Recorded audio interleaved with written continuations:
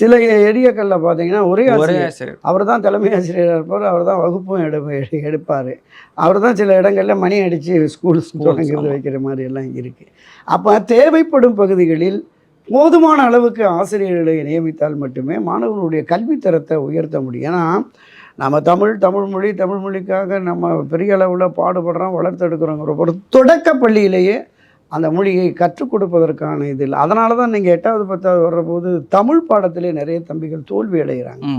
இப்போ முறையான கல்வியை தொடக்கத்தில் நீங்கள் சொல்லி கொடுக்குற தமிழ்நாடை பொறுத்த வரைக்கும் தொடக்க கல்வி ஆசிரியர்கள் பல பேர் பெரிய அளவில் நியமித்து வேண்டும். ஆமாம். அதுலேயும் குறிப்பாக மரியாதைக்குரிய புரட்சியர் எம்ஜிஆர் காலத்திலும் சரி, ஜெயலலிதா காலத்திலும் இந்த தொடக்க பள்ளிகள் நிறைய ஆசிரியைகள் பெண் ஆசிரியர்கள் நியமித்தாங்க. அவங்க மற்ற அந்த ஆண் ஆசிரியர்களும் நல்லா சொல்லித் தருவாங்க. ஆனால் இவங்ககிட்ட பசங்க படிக்கிற போது, அந்த 5-10 வயதுக்கு உட்பட்ட மாணவர்கள் படிக்கிற போது, அவங்க தாய்மை உணர்வோடு இவங்களுக்கு சொல்லிக் கொடுக்குற போது அவங்க நல்ல மனசில் படியும் ஏறும். அதுக்காக தான் அந்த பெண் ஆசிரியர்களை நியமிக்கணும் அப்படிங்கிற மாதிரி கொண்டு வந்தாங்க. இப்போ எல்லா இடங்கள்லையும் எல்லா ஆசிரியர்களும் நியமிக்கிறாங்க. போதுமான அளவுக்கு ஆசிரியர்கள் நியமனம் இல்லை அப்படிங்கிறது தான்.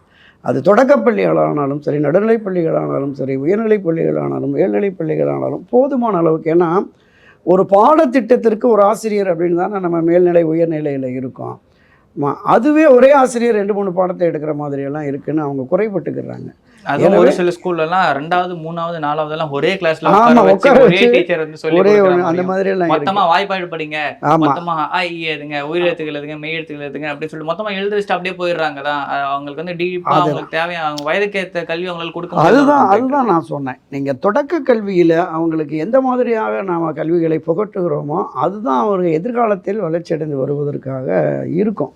இப்போ இன்றைக்குமே 8ஆம் வகுப்பு 10ஆம் வகுப்பு மாணவர்களுக்கு கூட இந்த முழுமையாக காங்காச்சா அந்த தமிழ் எழுத்துக்களை ஆனா தமிழ் எழுத்துக்களை கூட முழுமையாக சொல்ல எழுத வரவில்லை அப்படிங்கிற மாதிரி இருக்குது. இந்த ழா அதெல்லாம் இல்லை.